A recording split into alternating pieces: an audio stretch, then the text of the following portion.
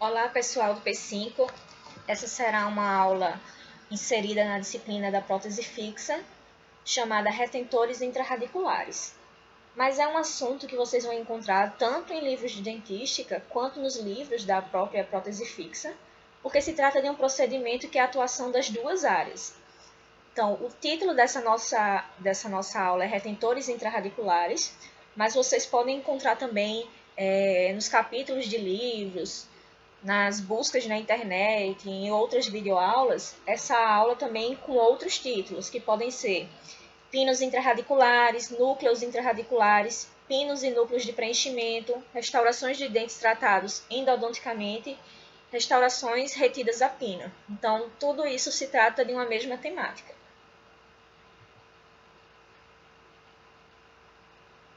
Então, dentes com grande perda de estrutura dentária normalmente vão necessitar de um tratamento endodôntico, porque se a gente perde tanto substrato dentário, né, esmalte, dentina, na coroa do dente, possivelmente isso pode levar a uma exposição uma exposição pulpar. Se acontece a exposição pulpar, a gente precisa realizar um tratamento endodôntico. E na maioria das vezes, para a gente restaurar esse dente após o tratamento endodôntico, se houve uma grande perda da estrutura coronária, a gente precisa utilizar algum retentor intrarradicular para poder reter essa restauração posteriormente. Então, eu vou mostrar a vocês 3 casos aqui, tá? E depois eu vou fazer uma pergunta relacionada a esses 3 casos. Então, esse é o primeiro caso. A gente vê que teve uma fratura do tipo classe 4, né? A gente vai ter que fazer uma restauração nessa fratura em resina composta.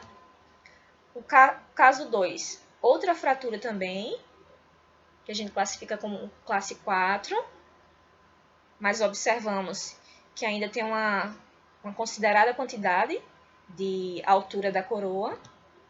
E esse terceiro caso, que também é uma fratura do tipo classe 4, em que foi perdida uma quantidade igual a 50% ou mais de 50% da coroa foi perdida. Então, levando em consideração esses 3 casos expostos para vocês, qual desses casos vocês acham que provavelmente precisaria de um retentor intrarradicular para reter uma restauração posteriormente? Então, vocês respondam para si mesmos e depois, se quiserem discutir no fórum de discussão, tá? Mas baseado naquilo que eu tinha dito previamente, a necessidade provável de um retentor intrarradicular será no caso 3, porque foi perdida mais de 50% da coroa do dente. Então, provavelmente pode ter exposto a polpa. Se expõe a polpa, a gente precisa fazer um tratamento endodôntico. E para a gente ter uma maior retenção da restauração nessa estrutura remanescente que sobrou, a gente faz uma inserção do pino dentro do conduto radicular. Então, os retentores intrarradiculares vão ser dispositivos utilizados em dentes com grande destruição, ou por cárie, ou uma destruição devido a uma fratura, devido a um trauma. Então, para que a gente possa ter uma ancoragem do material restaurador, seja ele direto ou seja ele um material restaurador indireto, a gente precisa fazer essa retenção intrarradicular no interior do conduto. Então, eu posso utilizar um pino tanto para subir, né, para reconstruir uma restauração direta em resina composta, como eu posso usar também pino para receber uma restauração indireta, como, por exemplo, uma coroa cerâmica. Os núcleos metálicos fundidos e os pinos intrarradiculares são exemplos de retentores intrarradiculares utilizados na odontologia. A gente vai ver as indicações e os protocolos de cada um desses 2 tipos de retentores intrarradiculares. Os retentores intrarradiculares, eles sempre, então isso é um critério obrigatório, vão ser cimentados em dentes que já tiveram um tratamento endodôntico realizado. Então, antes de cimentar um pino, tanto o núcleo metálico fundido quanto um pino intrarradicular, esse dente precisa ter passado anteriormente por um tratamento endodôntico. Então, nessa radiografia, a gente consegue ver que houve a realização de um tratamento endodôntico devido à radiopacidade no interior do conduto. Vocês ainda vão pagar endodontia, então a gente precisa dar alguns conceitos prévios para vocês, porque essa aula a gente vai citar muita coisa sobre tratamento endodôntico, né? Então a gente vai dar alguns conceitos prévios. Então, numa radiografia periapical, por exemplo, para a gente avaliar se tem tratamento endodôntico realizado ou não, a gente observa esse preenchimento radiopaco do conduto. Quando a gente visualiza isso aqui, a gente consegue dizer que esse dente passou por um tratamento de canal, passou por um tratamento endodôntico.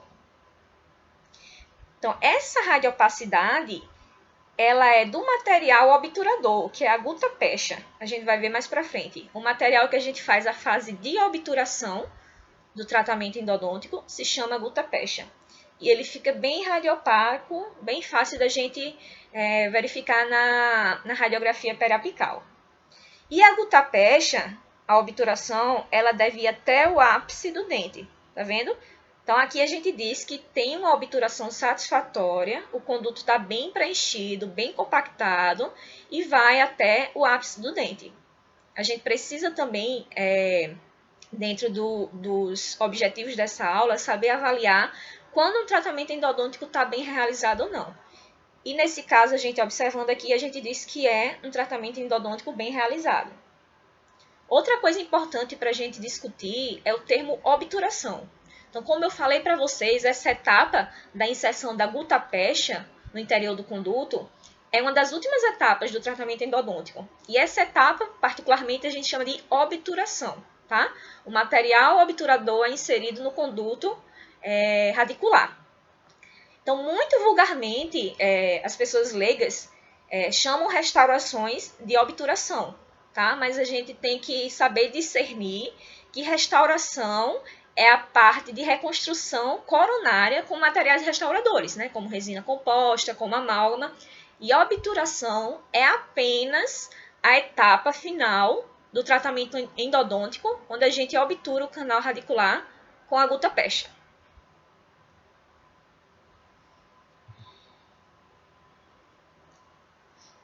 O retentor intrarradicular ele é composto por dois componentes. Ele é composto por uma parte que se chama pino e por uma parte que se chama núcleo, ou núcleo de preenchimento. Então, o núcleo de preenchimento dos pinos de fibra, por exemplo, são de resina composta, que são esses azulzinhos, e os núcleos de preenchimento dos núcleos metálico fundidos são de metal, e são esses das setas vermelhas, tá? Então, tanto os núcleos metálicos fundidos como os pinos intrarradiculares, por exemplo, o pino de fibra de vidro, eles são compostos por uma parte que é o pino, que é a parte que está dentro do conduto radicular, e a parte que é o núcleo de preenchimento, essa parte que fica exposta aqui, certo? A parte que fica junto com o remanescente coronário.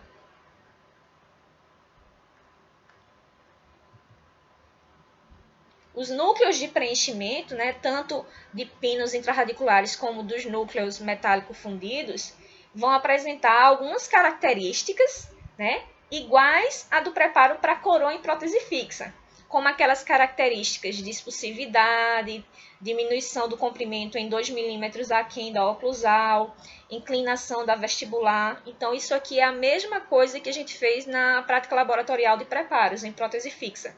Tanto o núcleo de preenchimento dos núcleos metálicos fundidos como os dos pinos intrarradiculares vão precisar ter esse formato.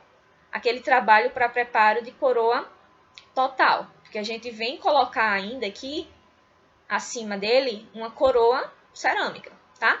Então, o núcleo de preenchimento, ele vai ter essa função de reconstruir a parte da estrutura coronária que foi perdida e vai permitir a definição de um preparo com características geométricas bem definidas para receber uma coroa. Dentes tratados endodonticamente nada mais é do que um elemento dentário que perdeu seu órgão pulpar, ou devido à doença cárie, ou devido a algum trauma, à exposição pulpar acidental. Então, foi necessário fazer um tratamento mais radical de pulpectomia, que é quando a gente remove todo o órgão pulpar, certo? E precisa passar por um preparo químico-mecânico desse conduto, né? É colocado uma medicação também dentro desse conduto e no final esse conduto é obturado. Então, resumidamente, esse seria o passo a passo de um tratamento endodôntico. Então, no passado se acreditava, voltando aqui um pouquinho, no passado se acreditava que os pinos, né, quando a gente inseria um pino e depois uma restauração, esse pino ia reforçar a estrutura desse dente que passou por canal. Mas hoje em dia a literatura, a evidência científica tem confirmado que esse reforço normalmente não ocorre, né? Apesar de esses dentes que são tratados endodonticamente terem menor resistência e serem mais propensos à fratura, porque perderam grande estrutura, né, na sua parte radicular, o pino em si ele não vai fortalecer, ele não tem essa função de fortalecer a estrutura do dente. A função dele é basicamente a de retenção da restauração. É a gente ter algo para reter a restauração que vai estar na parte coronária do dente. Então, para a gente escolher a técnica, né, se vai ser a técnica, uma técnica direta, uma técnica indireta, com etapas laboratoriais, o material, se vão ser pinos de fibra, se vão ser pinos metálicos, núcleo metálico fundidos, para fazer essa escolha, esse planejamento, a gente precisa observar qual o grau de destruição da coroa desse dente, quais as condições do tratamento endodôntico, né? Se o paciente já tinha um tratamento endodôntico prévio realizado ou se passou por ele mais recentemente. A gente tem que avaliar se esse tratamento endodôntico está bem realizado e fazer também uma avaliação estética, uma avaliação de que área do sorriso está sendo acometida, né, por essa grande destruição coronária. Então, as indicações e objetivos principais da utilização dos retentores intrarradiculares, né, seria indicado para dentes que têm a coroa totalmente destruída ou parcialmente destruída. Então, quando a gente fala parcialmente destruída, seria mais de 50% dessa coroa foi destruída. Ou quando o dente tem apenas uma parede cavitária que está intacta, ou nenhuma parede cavitária intacta. Então, nessas situações, a gente indica a utilização de um pino para reter a restauração. O objetivo do uso do pino é para recuperar as características da coroa e melhorar as funções biomecânicas.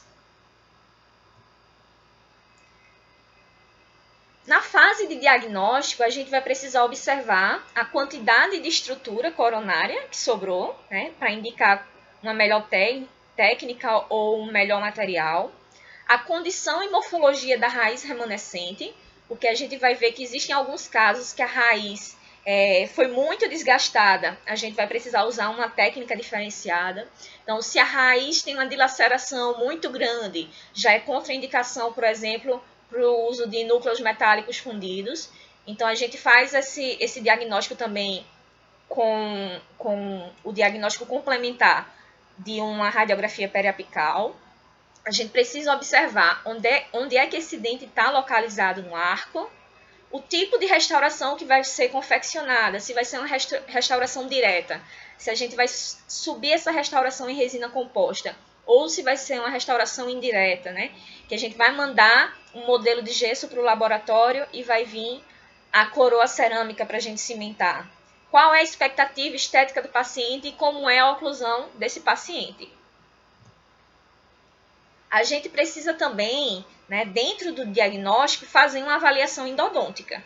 Então, como eu disse para vocês, vocês ainda vão ter conhecimento teórico na disciplina de endodontia, mas a gente já vai soltar algumas informações previamente para vocês terem um melhor entendimento. Então, a gente faz a avaliação endodôntica com a utilização de uma radiografia periapical, precisa ser periapical. Então, a gente faz uma análise da condição clínica, né, e periodontal, como está também o periodonto desse paciente. E na radiografia periapical, a gente vai ver se esse paciente já realizou o tratamento endodôntico, como é que está a qualidade desse tratamento endodôntico.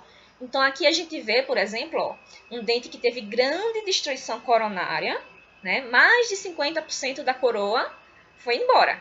Então, isso aqui provavelmente expôs a polpa, teve que fazer o tratamento endodôntico e eu vou precisar, para fazer uma restauração, colocar um pino. Então, aqui a gente vê que tem indicação para pino. Mas aí a gente vê que ele já tinha um tratamento endodôntico realizado. Aqui ele estava com material provisório, fechando esse dente, tá?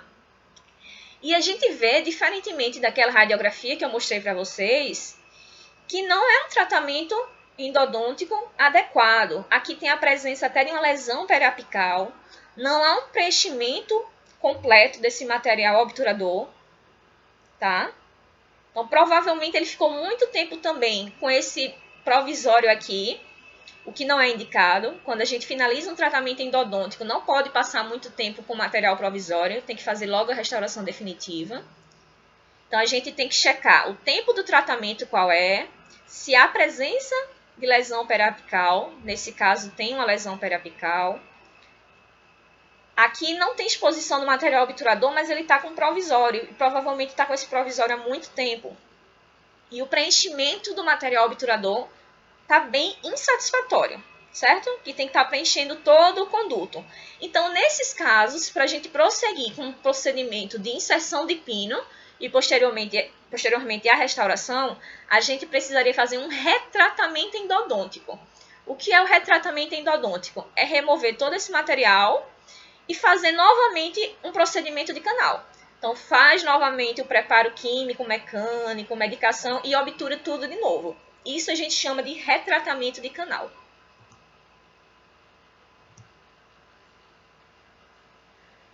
A estrutura dental remanescente, ela é a quantidade do substrato que sobrou na coroa do dente.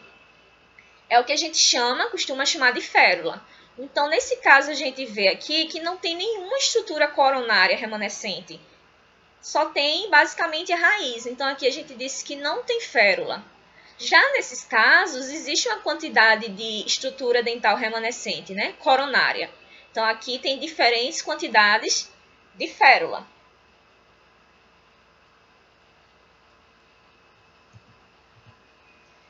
A literatura científica, ela aponta que a existência da férula ou do efeito férula vai ser um fator muito importante para o sucesso, né, para a longevidade de um dente restaurado e retido a pino, um dente restaurado com um retentor intraradicular. O que a gente chama de efeito férula seria esse efeito de abraçamento que o remanescente coronário vai ter, né, em relação ao material restaurador. Vai permitir uma maior retenção desse material restaurador, porque tem aquela quantidade satisfatória de remanescente dental coronário. E qual seria essa quantidade dental satisfatória de remanescente coronário? Seria de no mínimo 2 milímetros. Então, as férulas adequadas, elas devem ter no mínimo 2 milímetros de comprimento, certo? Quanto maior, melhor. Vai ser um sucesso clínico maior longevidade do procedimento. Então, nessa imagem, por exemplo, nesse caso, com a utilização de uma sonda milimetrada, a gente vê aqui que tem uma férula com cerca de 4 milímetros de comprimento. Então, já é uma férula mais adequada. Existem algumas regras, que são chamadas de regras gerais, para a gente fazer o preparo do conduto e para a gente inserir esse pino. A primeira regra seria que a gente precisa deixar cerca de 3 a 4 milímetros de material obturador na região apical. Isso aqui para segurar o selamento apical. Então, vocês vão ver que na etapa de inserção do pino, aquela obturação do tratamento endodôntico, que preenche todo o conduto, precisa ser removida em parte para a gente ter um espaço de inserção do pino, tá? Então, ele era obturado até aqui em cima do conduto, a gente faz a etapa de desobturação. Então, tira boa parte desse material obturador para ter espaço para entrar o pino, mas tem que sobrar sempre cerca de 3 a 4 milímetros de material obturador nessa região apical. A segunda regra é uma relação de 1 para 1 em comprimento da altura da coroa, tem que ser compatível com o comprimento do pino dentro da raiz. Tá? Então, esse pino não pode ser muito curto, tem que ser equivalente o comprimento do pino na raiz com o comprimento da coroa do dente. Terceira regra, o pino deve se estender ao menos por metade do comprimento da raiz suportada em osso. Então, aqui, ó, a raiz dentro do osso. Então, a gente está vendo que o pino está em mais da metade desse comprimento da raiz suportada por osso. Quarta regra. As paredes circundantes, que são essas daqui, ó, 4. As paredes circundantes devem ser minimamente desgastadas. A quinta regra seria a presença de férula, uma quantidade considerável, né? Entre 1,5 e 2, é melhor que seja no mínimo 2 milímetros de remanescente coronário.